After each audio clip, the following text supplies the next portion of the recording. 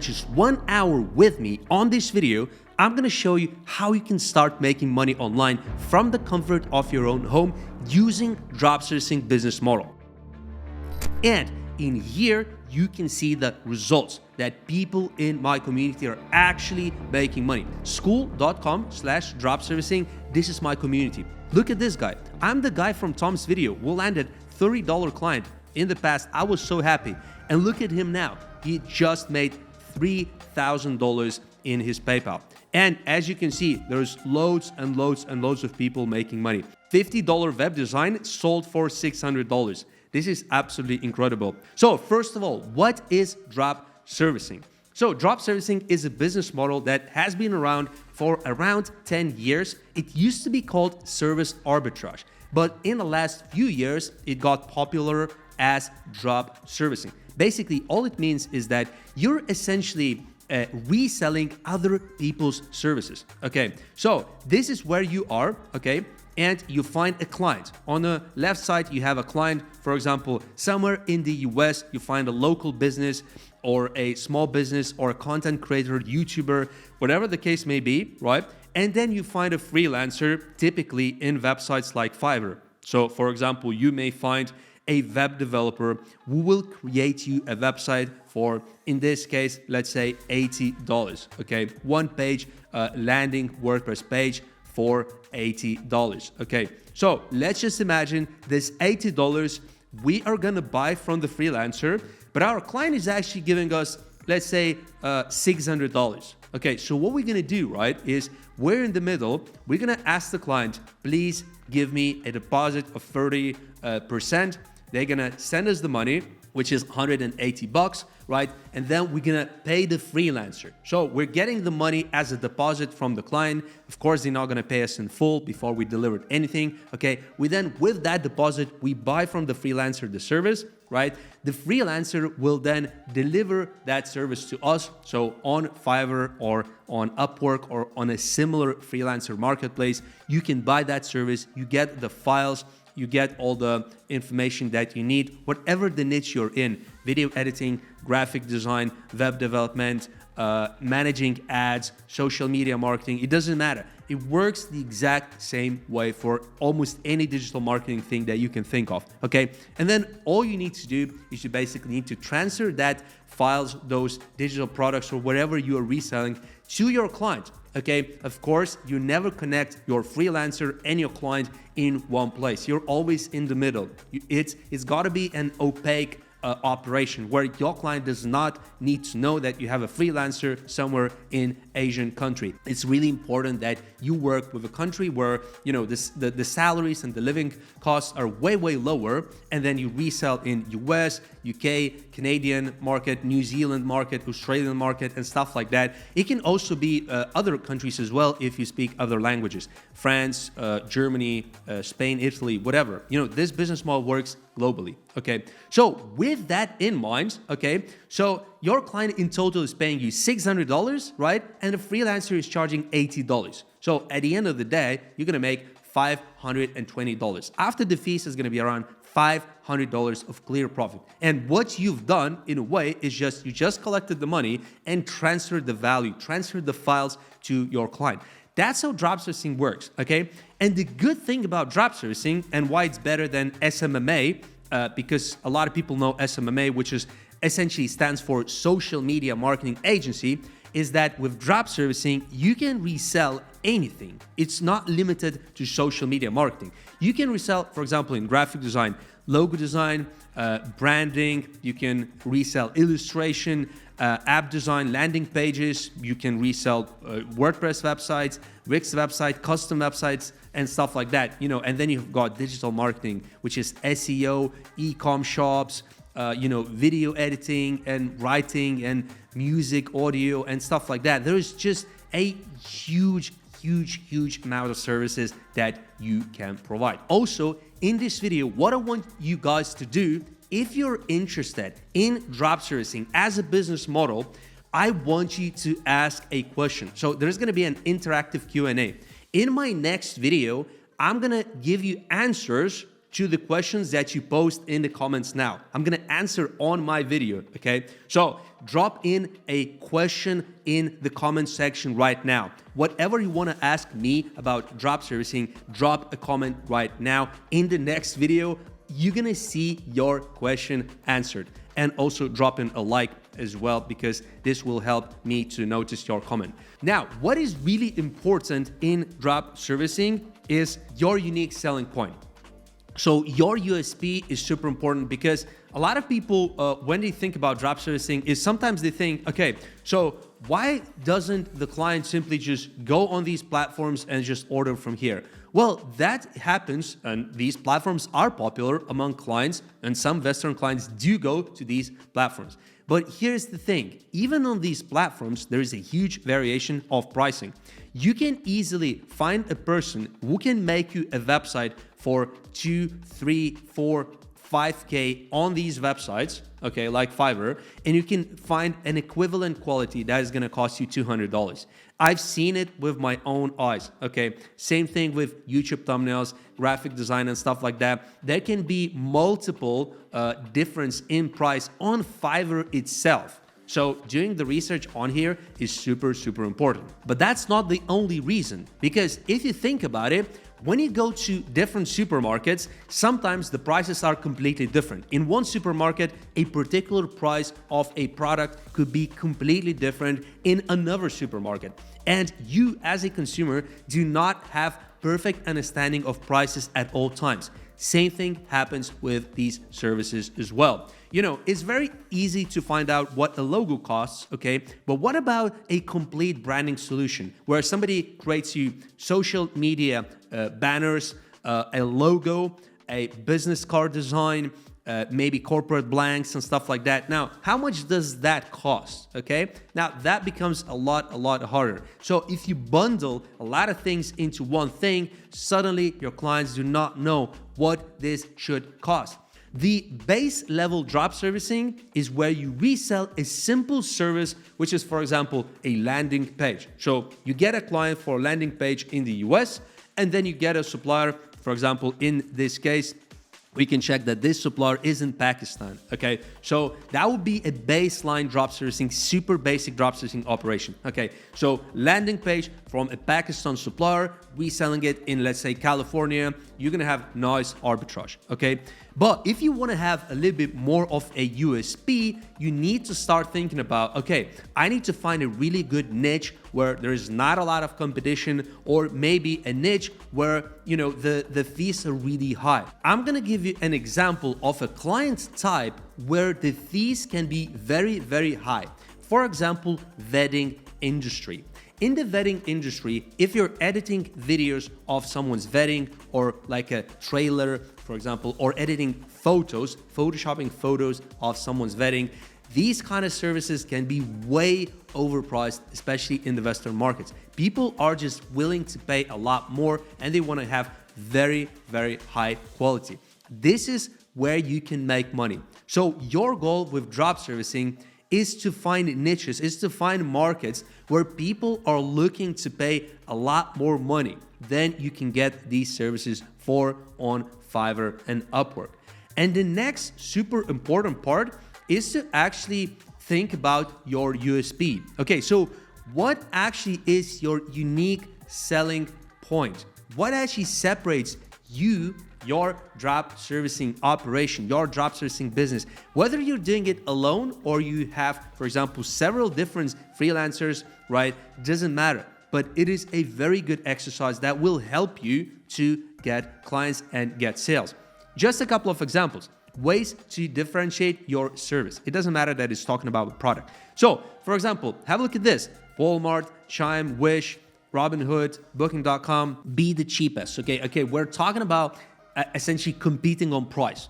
This is something that you actually do not want to do in drop servicing, okay? Because I've seen it over the years of doing drop servicing, coaching, mentoring so many people in this industry, that This is a losing proposition. If you go into drop servicing thinking that, you know what, I'm gonna overcut everyone else, you're not gonna win, because the baseline thing is these prices are gonna be low, okay? And if you're finding clients who are looking for the cheapest price, they sooner or later are gonna end up on these platforms. You actually want the opposite clients who want to pay a lot more than these prices on Fiverr, which is absolutely possible to find these clients like that in the US, UK, and Western markets. Now, look at this. Be the highest quality. That's your Apple, Gucci, Mercedes, Zoom, Whole Foods, Tesla, and stuff like that. Okay, this is another extreme where, you want to be the highest quality. Now, this is a very good vertical, but with drop servicing business model, sometimes it can be difficult to maintain extremely high quality. Okay, another very important one is be the most convenient. So Uber, we've got Twilio, we've got Dropbox, so something where it's extremely convenient. This is one where, I've had a lot of clients in this kind of category where I would put myself in this category. So, for example, I had a lot of video editing clients where I did a hassle-free job for them. I would edit their videos for their YouTube channels and send those videos always on time. Never really had any delays, always did stuff on time, and always managed everything really well. So it was super convenient for them, and they were paying money for not having to edit their videos, and they knew that if that video ends up on my folder, they will get that video in 48 hours no matter what. Okay, so if you can provide a service like that, if you have a reliable supplier, that is actually a pretty good place to be. Also, this is much better than this as well, but be mindful that it's not always possible to have extremely high quality when you're dealing with external suppliers. Now, look at this, be the safest. Okay, so this doesn't probably apply to drop servicing all that much, but let's look at this one. Sell something proprietary. Now, this is not something we can do in drop servicing in the literal sense, because we're not selling anything original. These are services, right? But what I told you at the beginning of this video, it is very good idea to actually bundle stuff together. Now, when you bundle stuff together, suddenly you can have a very interesting particular service that maybe no one else is offering. For example, if you find a client who, let's say, is a content creator, what you can say is, I'm gonna create some TikTok videos, I'm gonna create some Instagram videos, I'm gonna create some YouTube short videos, long form videos, YouTube thumbnails, also scripting and ideation for all of this content.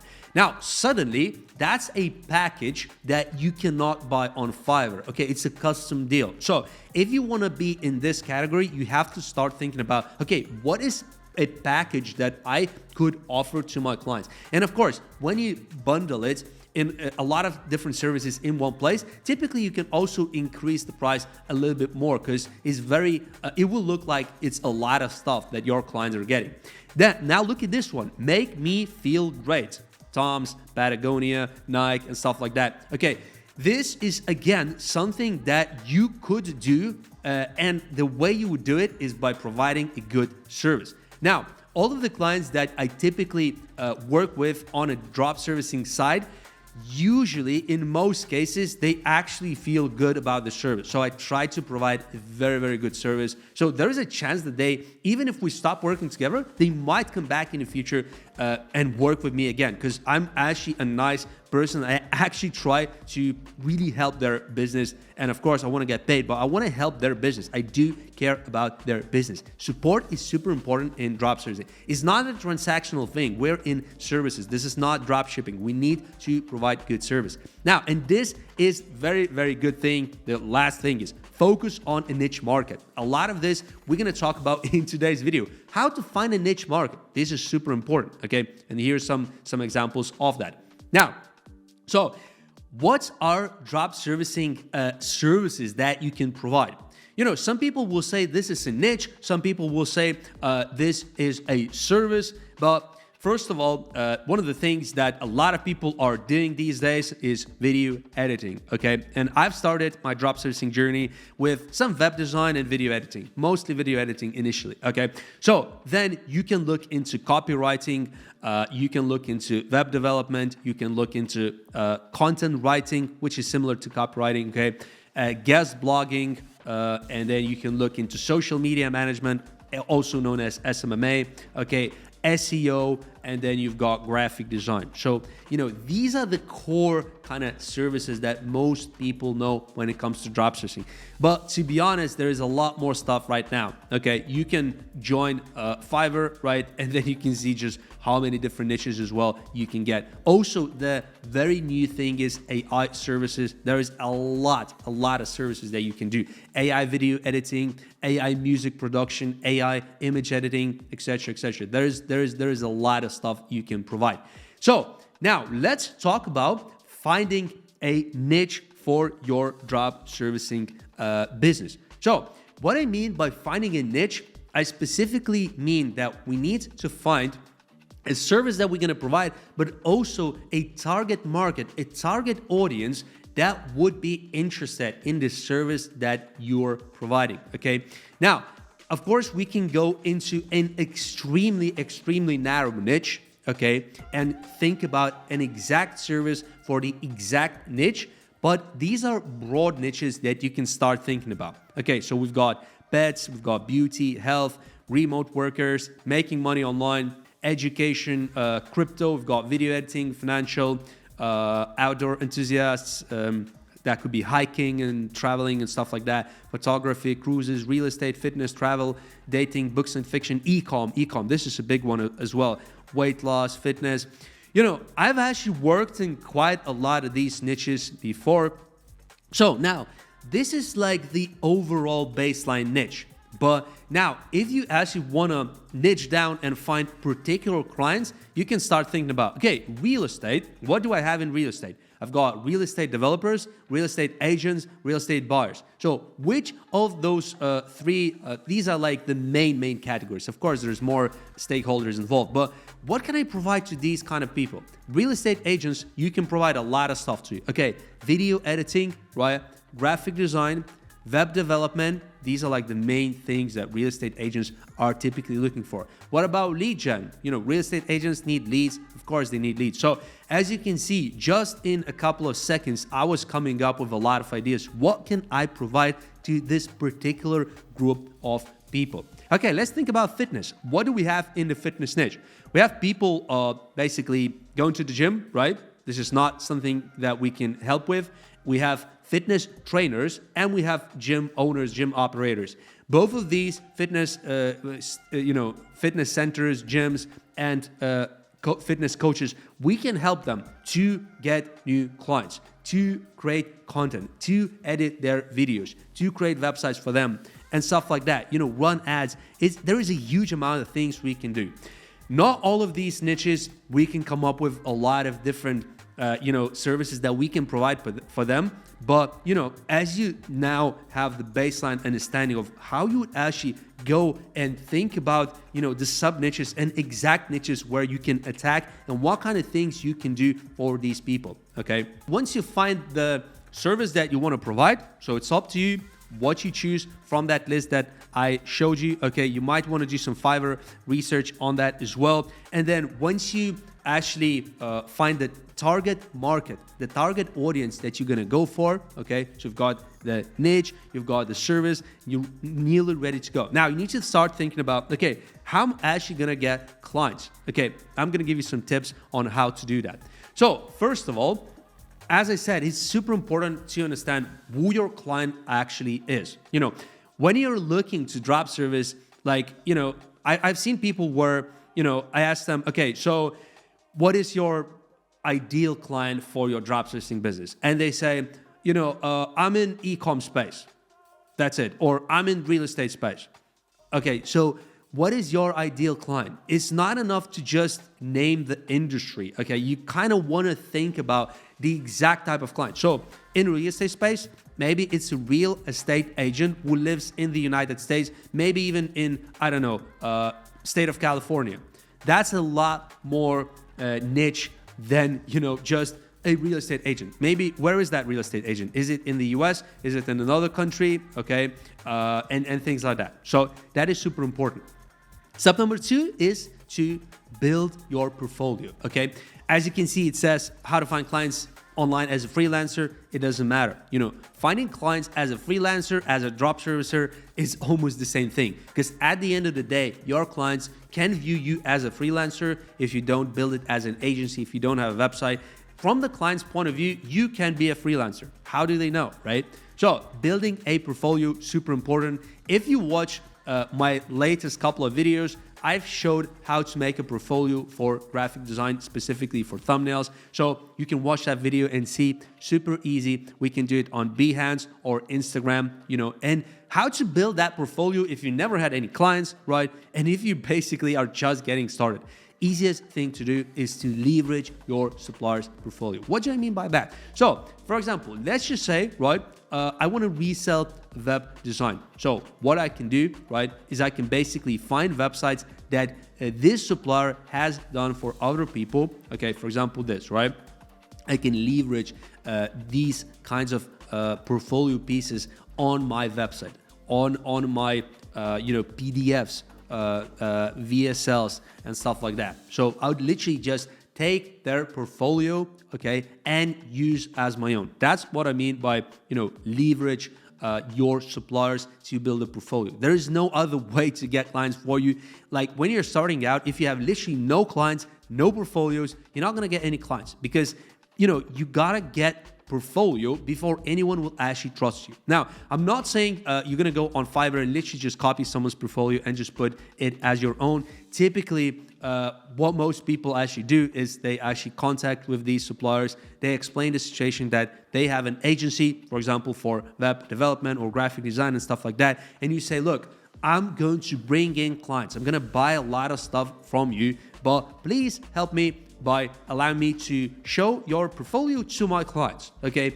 If that happens, then I can resell your stuff. For example, stuff like this is super, super important. And the way you phrase this is really important. If you just email somebody or message somebody on Fiverr and ask, can I use your portfolio? Of course, they're not gonna reply, or they're gonna say no, but you have to get into the conversation, ask a few questions, okay? Speak for a few minutes, or ideally a day or two, okay? Just send some messages here and there and then ask that question. They're gonna be a lot more likely to do that. There's gonna be a benefit for them as to why they're allowing you to use their portfolio. You have to make sure that you say that you're gonna bring them new clients. And that's what you should be doing. When you choose someone's portfolio, then if you get clients, go to that supplier, buy from that supplier. So this is also super powerful. Third strategy, the power of word of mouth. But you kind of have to get first a few clients before you can use this, okay? Another final thing is becoming an authority. You cannot do it super quick. It takes a long time, okay? And then finding clients in freelancing job boards. So what can you essentially do is you can, for example, get people on Fiverr who create some particular service, and then you relist the exact same thing, for example, on another freelancing platform.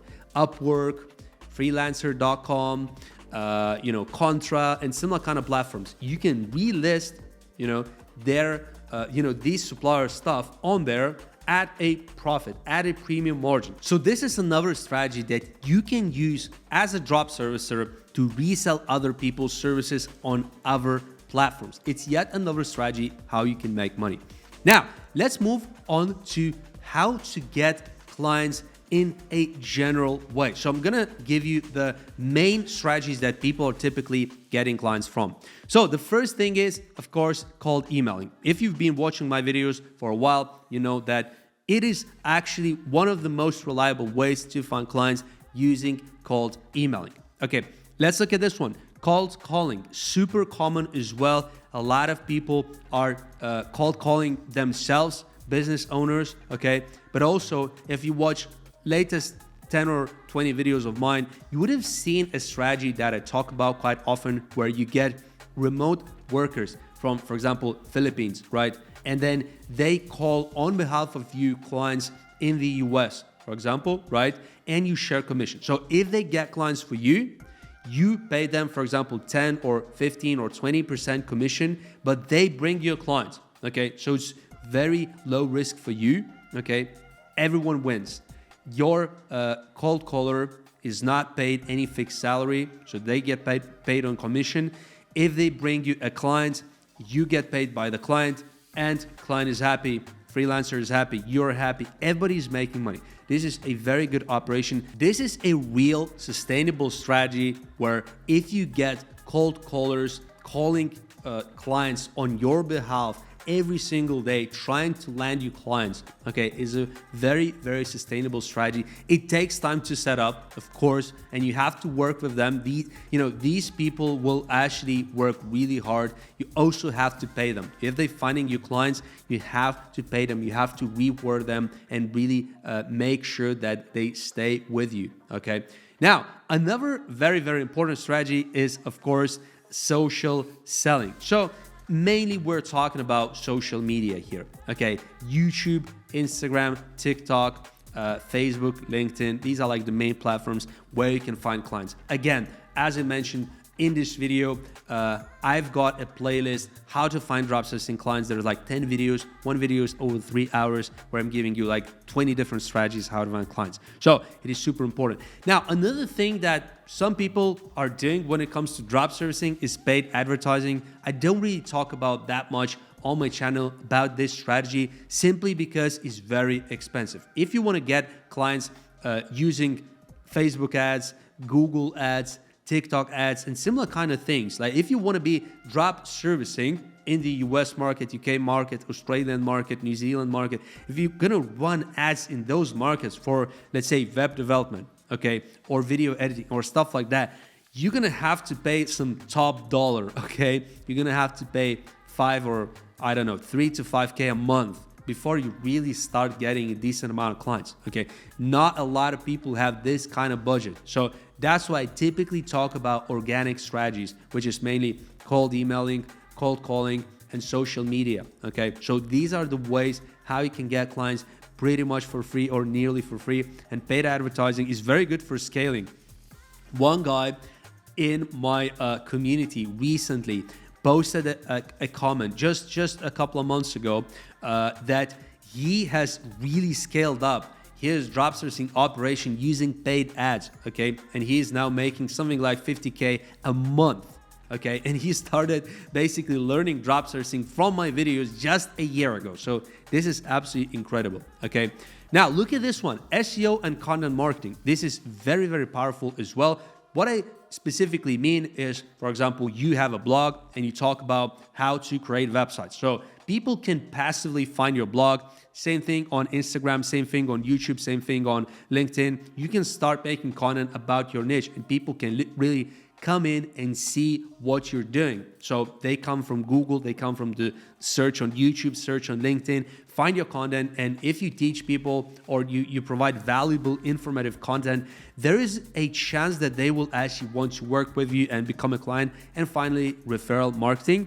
This can work in a number of ways. So you can find people who are in a way will be like an agent who's reselling your stuff. For example, you can partner up, let's say, with a graphic design agency saying that, look, if you bring me web design clients, so if you cannot create websites, right, you're just working on graphic design. If somebody wants you to create them a website, like a working website, coded website, maybe a custom website, come to us, right? And we're going to do profit sharing. So for example, you bring us a client for 10K, we're going to give you $2K, okay? As a 20% commission for bringing in that client. So you can do that kind of thing, okay? So typically this will be with companies and agencies that are involved in digital marketing, but specifically not doing something that you're offering, okay? So these are like the main strategies that people are actually finding dropservicing clients with. The next important part is that a lot of people are asking is, so how much money can you actually make with drop servicing? So like I said, I've been doing drop servicing for over 5 years. I've also coached and mentored dozens and dozens and dozens of people in the last 12 months. So I can tell you one thing. in reality, most people in the first month will not make almost anything. Okay, it takes time to set up. Drop servicing, unlike some people think, is actually not a get-rich-quick scheme. It's actually a real business model that works. Okay, so if you just found my video and it's the first time that you're hearing about drop servicing and you think, man, is this some kind of a scam, or like, does it work and all that kind of thing?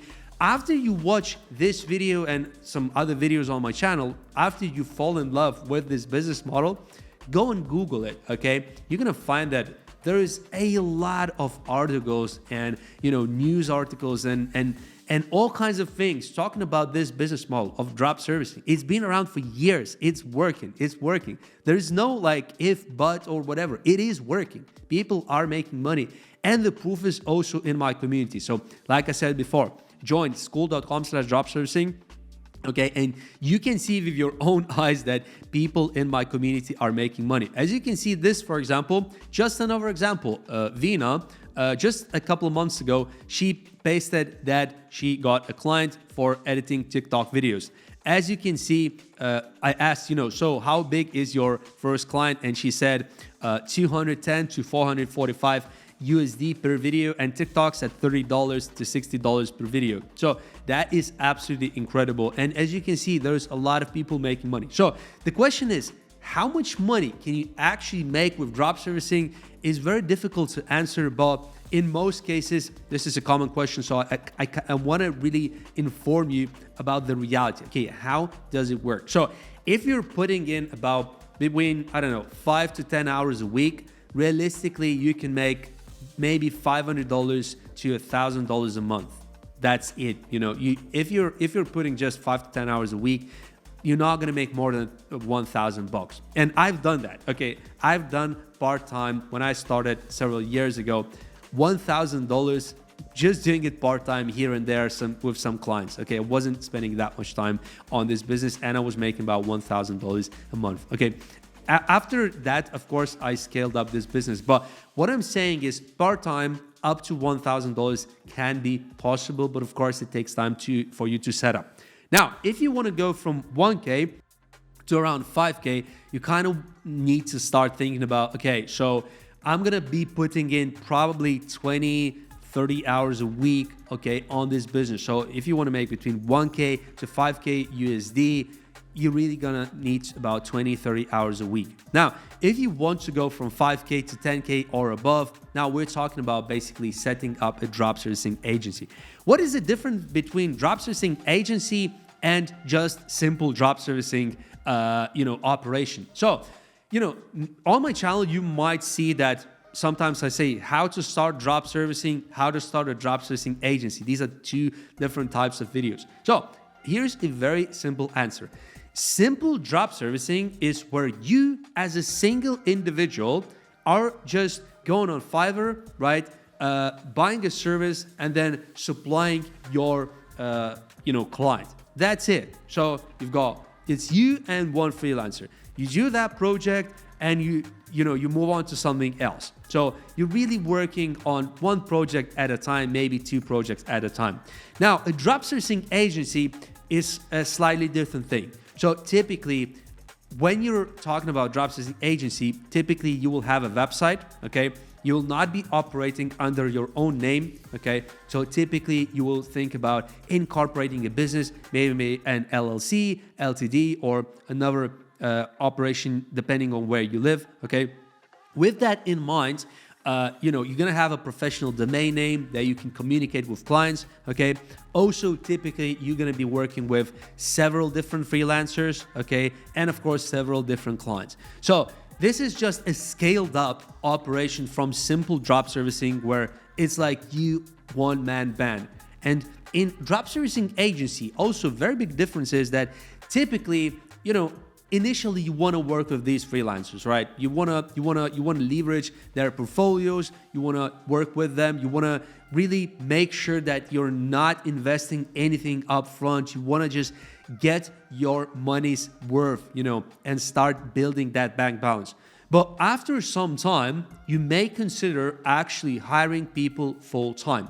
Not in your local country, like if you're in the US, you're not gonna hire US people. I'm talking about hiring people, for example, in Philippines, in Sri Lanka, in Africa, hiring a full-time, for example, developer somewhere in Africa or in Philippines for, let's say, 400, 500 bucks a month, okay? Now, with that developer, you can actually make 10 simple websites a month. You can start to see how this starts to really make a lot of sense, because that would mean that you actually get, $50 website. So 10 websites in a month, and if you're paying 500 for your supplier, right, for your freelancer, that is actually a very good value. Now, it's a lot easier to make money because you're getting this stuff a lot cheaper. That's the difference between working with Fiverr freelancers, Upwork freelancers, and then hiring a freelance developer or graphic designer or social media manager, whatever. Typically they will do a lot more stuff for less money. But the downside is if you don't have clients at a particular time, you still have to pay them. Otherwise, they're gonna leave, So you're essentially employing somebody as a job. That's what the agency is like typically. And this, if you want to go the agency route, like I said, this is probably the best option for you. You can make a lot more money. Also, it's going to be a lot more reliable. You don't want to work with different freelancers all the time. Ideally, you have a person that is always ready to work on your projects and full time. That's a condition that you want to have for them. They have to work full time for just your projects. They don't have to have any other clients. Now, another thing is, so why dropservicing actually works? There is a lot of social proof that dropservicing works. I showed you people are making money. I showed you there is a lot of views on my videos about dropservicing, and also a lot of people in the community, and they're also active and posting on here. Also, as you can see, 8 people trying to get into the group. I'm going to improve you guys, okay, very soon. So there's so much social proof for you that dropservicing works. But what if you still have that little spark of doubt in you, thinking that, man, something does not add up. Dropservicing cannot work. How can it work? Surely there's something wrong. Surely it's not a business model that is potentially gonna work for me, or maybe it doesn't work for anybody. Calm down if that's you, if that's your thoughts, because I can really put my hand to heart. I made money personally with dropservicing, thousands of dollars, and all these reviews are real. I'm gonna show you more reviews as well in this video. It is possible to do it, and the main reason why it is possible to make money with dropservicing is because of these price variations. I'm gonna show you one example super quick. So if I'm gonna type in YouTube thumbnails, same thing with video editing, TikTok ads, running Facebook ads, Instagram ads, web development, doesn't matter the niche. Even on Fiverr itself, the variation can be huge between costs. So, for example, let's look at this. $5 for a thumbnail, okay? Let's actually look at that thumbnail, and then let's look at this one, okay? So here we got 45 orders in the queue, and look at the the stuff that this supplier is providing. These thumbnails look really, really good. These thumbnails look incredible to me, okay? So $5. Now let's look at this one. Let's refresh this. Not sure why it wasn't working. And we've got 9 orders in the queue for $60, okay? Now let's look at this one. Does it look a lot better than the previous one? Maybe, but this one doesn't really look that much better than this one to me, to be honest, okay? This is pretty detailed. Okay, look at this one, right? It's not that amazing. Let's look at some of the other ones. How to play skinny singles pickleball. Like, does it look a lot better than this? Not really. Let's look at some other examples. Okay, let's go to, for example, let's go to this one. That looks really good, right? Let's look at this one. That looks really good. So my point is $5 on here, and then we've got $60 in there, and still 9 orders in the queue. So what this means is that on Fiverr itself, we can have a huge variation. And I can tell you one thing.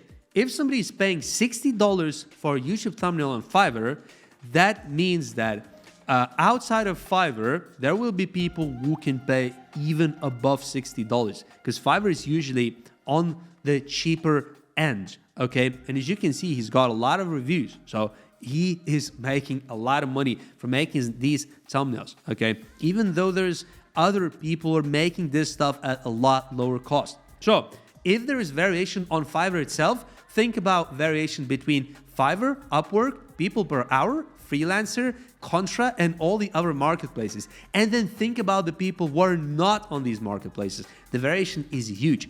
It is absolutely important now to talk about pricing. Okay, typically, what is the pricing that you need to think about?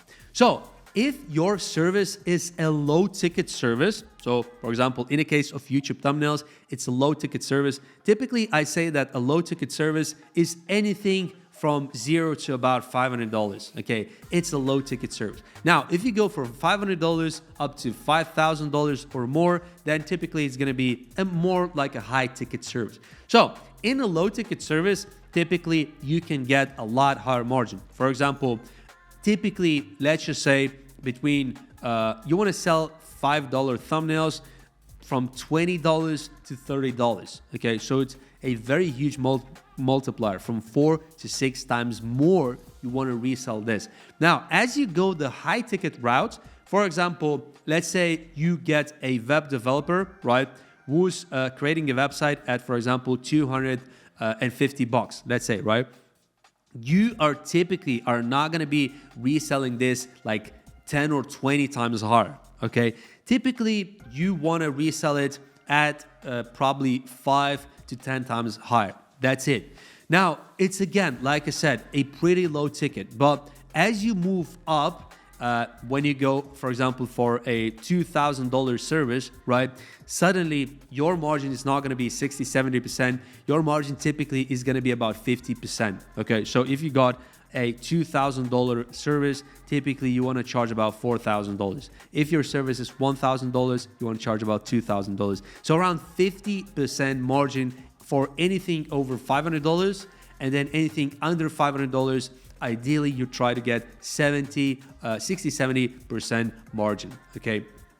This is super important because if you know this, you're never going to be in a position where you're either overcharging a lot or undercharging a lot, because drop servicing, the goal is to maximize the profit. You want to make sure that you're keeping enough money for yourself, because at the end of the day, it's a business, right? You're going to be managing other people's work. You're going to be managing clients. Clients are going to be sending you messages asking, so when I'm going to get my website? Is it done? Like, can you send me, I don't know, some screenshots and stuff like that? You're going to go on Fiverr and then you're going to ask your supplier, bro, like, how's it going? Like, can you send me some progress screenshots and stuff like that? You know, you're going to send this stuff to your client. Also, client is going to ask for revisions. They're going to, after you deliver the work, right, your client is going to say, look, you know what? I don't like this.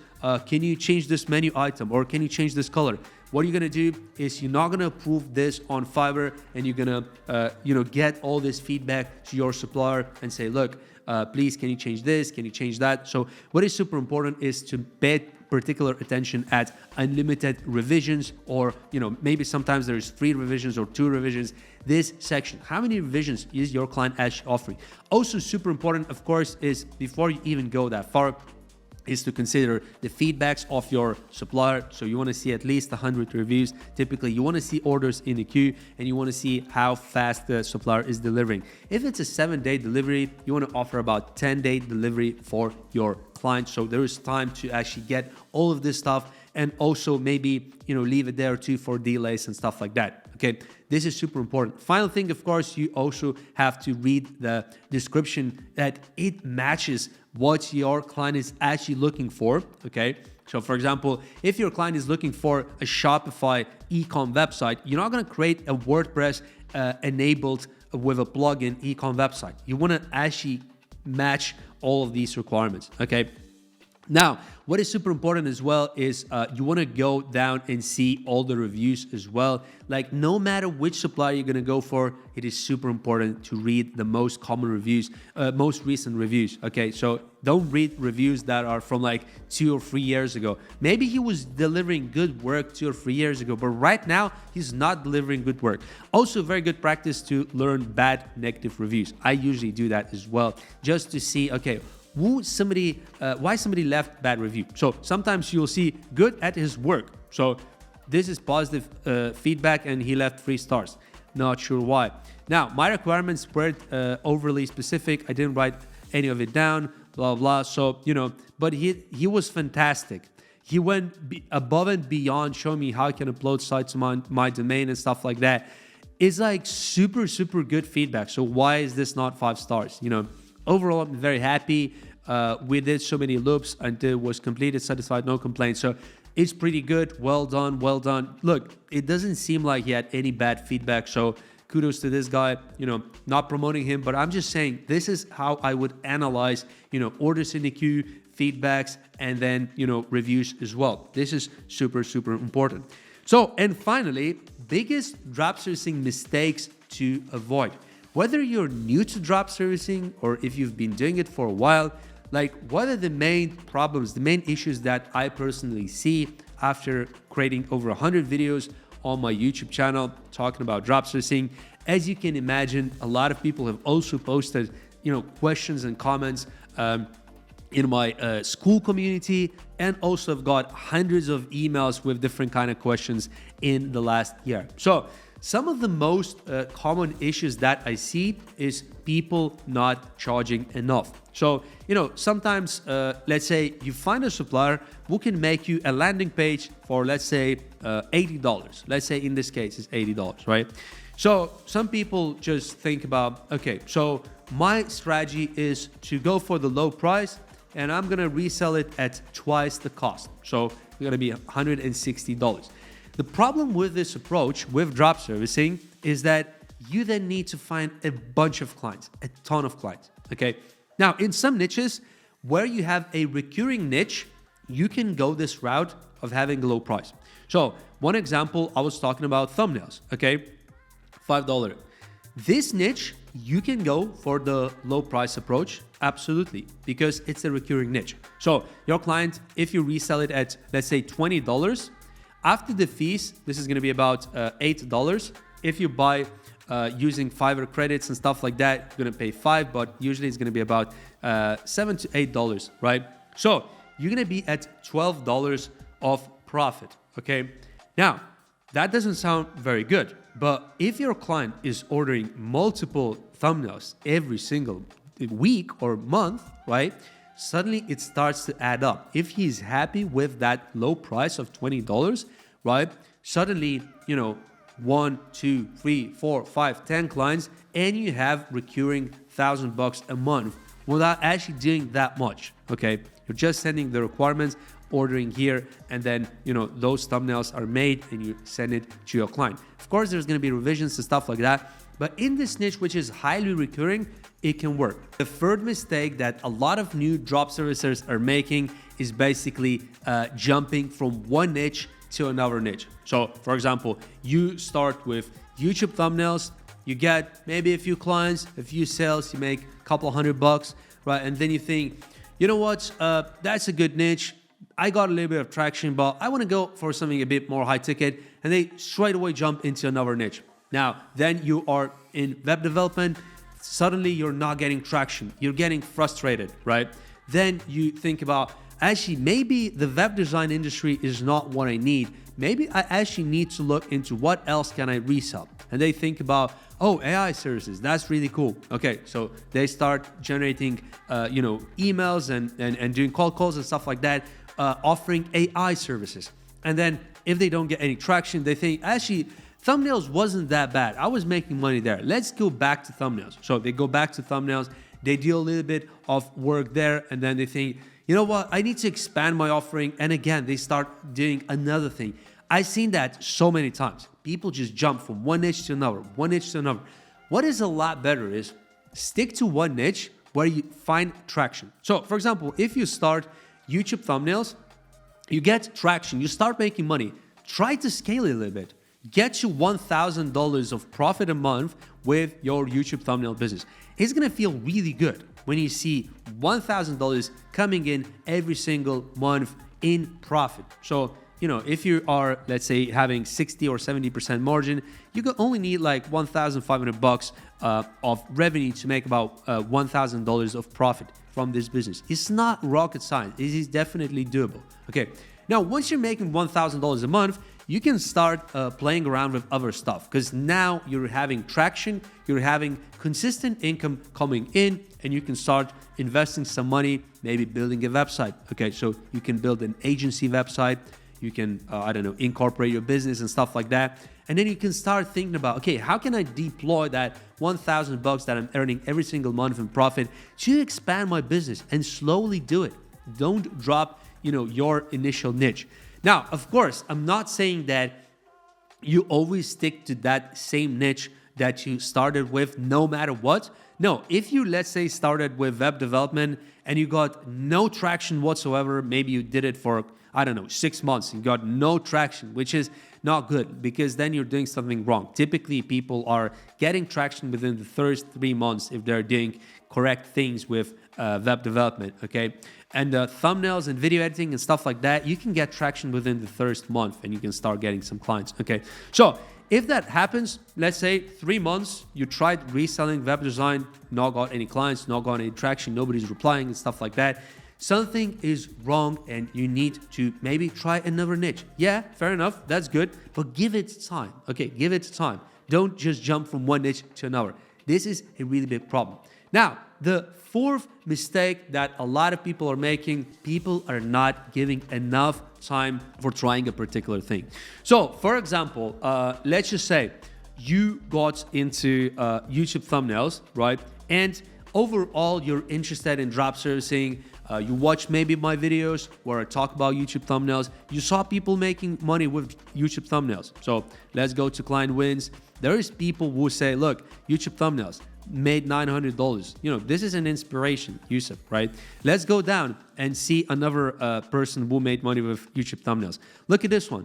Tom has changed my life. My client agreed for 5 thumbnails for $100. Okay, this is really amazing. And as you can see, he's also showing the proof. So that's so cool. Okay.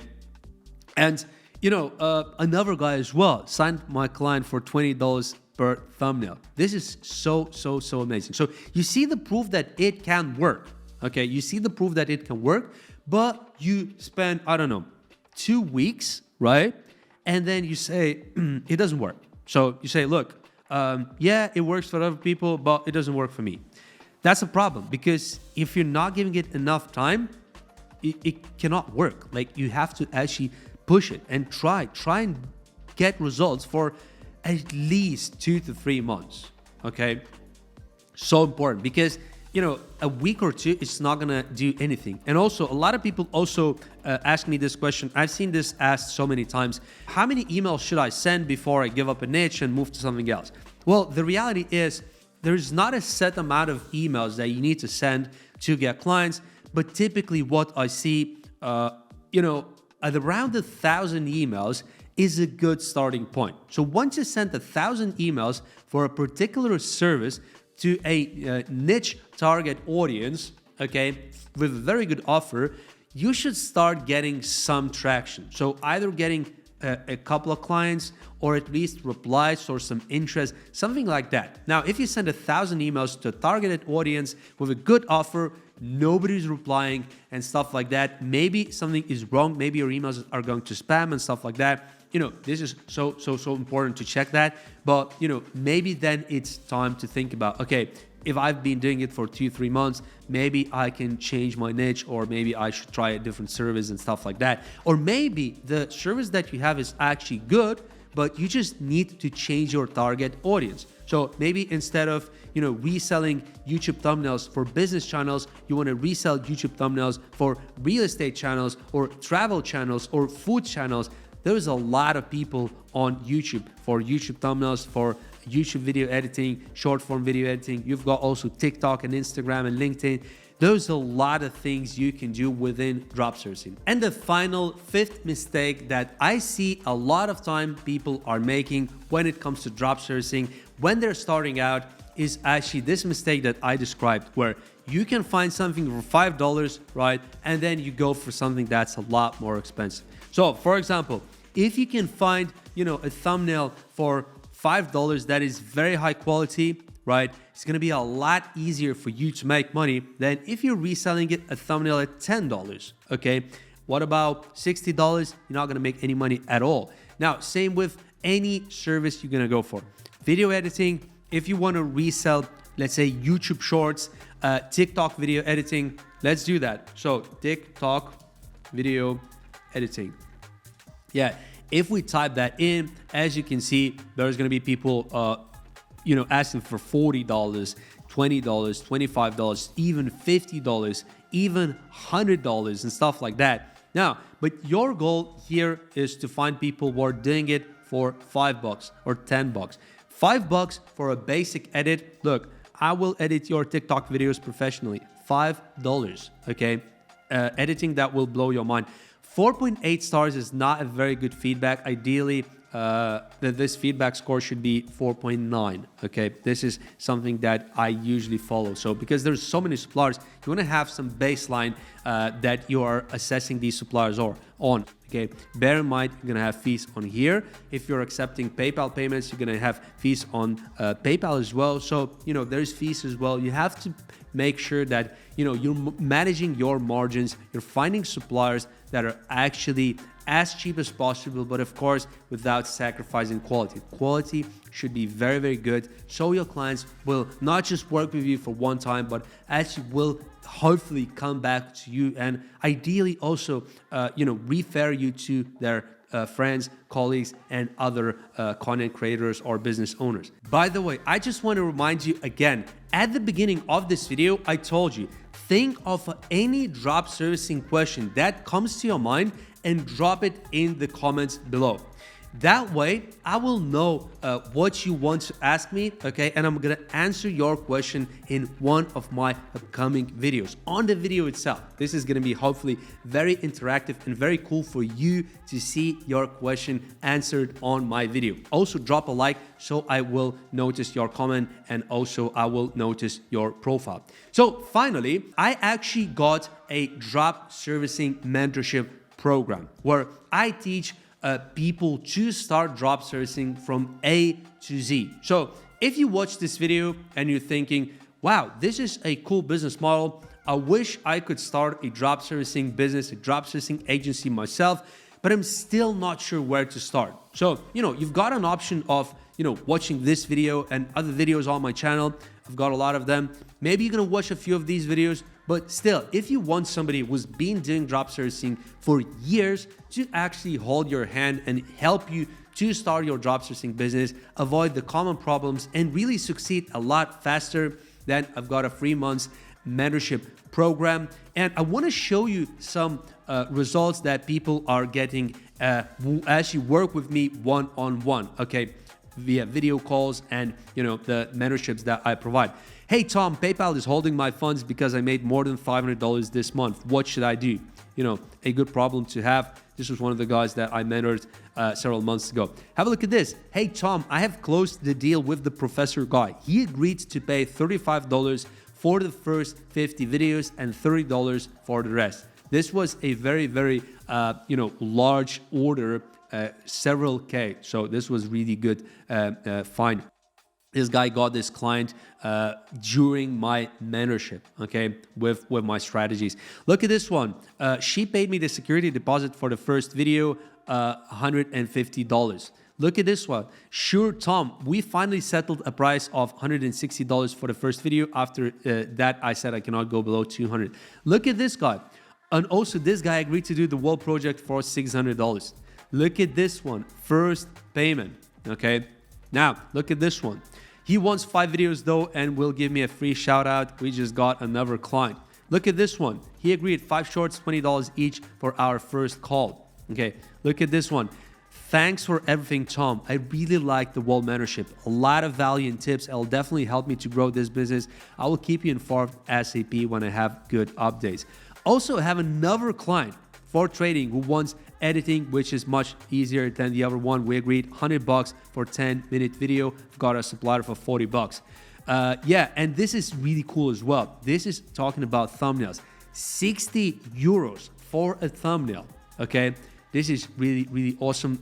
This client, this mentorship client that I had from France got a 60 euro client for thumbnails, and he has been working with that client for a really, really long time, made a lot of money, and helped him to get this client. So that is some of the mentorship results that people are getting. There's been a lot more as well in the last few months. So if you want to work with me one-on-one, you can apply using this email. Thanks for watching this video. Drop a like, subscribe to my channel. I'm going to see you in the next video.